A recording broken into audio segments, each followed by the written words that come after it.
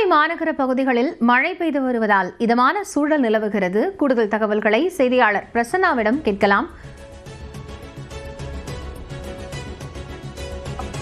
தொடர்ந்து இதுகுறித்த விவரங்களை செய்தியாளர் குருசாமியிடம் கேட்கலாம். குருசாமி, இப்போ மழை பொழிவு அப்படிங்கிறது கோவையில மிதமாக இருக்கு, இருந்தாலும் இங்க ரெட் அலர்ட் அப்படிங்கிறது விடுக்கப்பட்டிருக்கிறது. விவரங்கள் என்ன?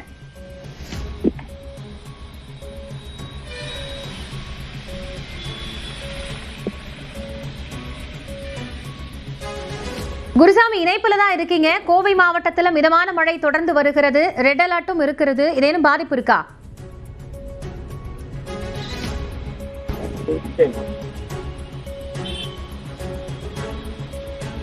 கோவை மாநகரில் முக்கியமான பகுதிகளான ரயில் நிலையம், காந்திபுரம் உள்ளிட்ட இடங்களில் காலை முதலே மிதமான மழை பெய்து வருகிறது. இதனால் ஆட்சியர் அலுவலக வளாகம் அருகே மரம் முறிந்து விழுந்து பாதிப்பு ஏற்பட்டிருக்கிறது. தொடர்ந்து மிதமான மழையை அனுபவித்தபடியே மக்கள் சென்று வருகிறார்கள்.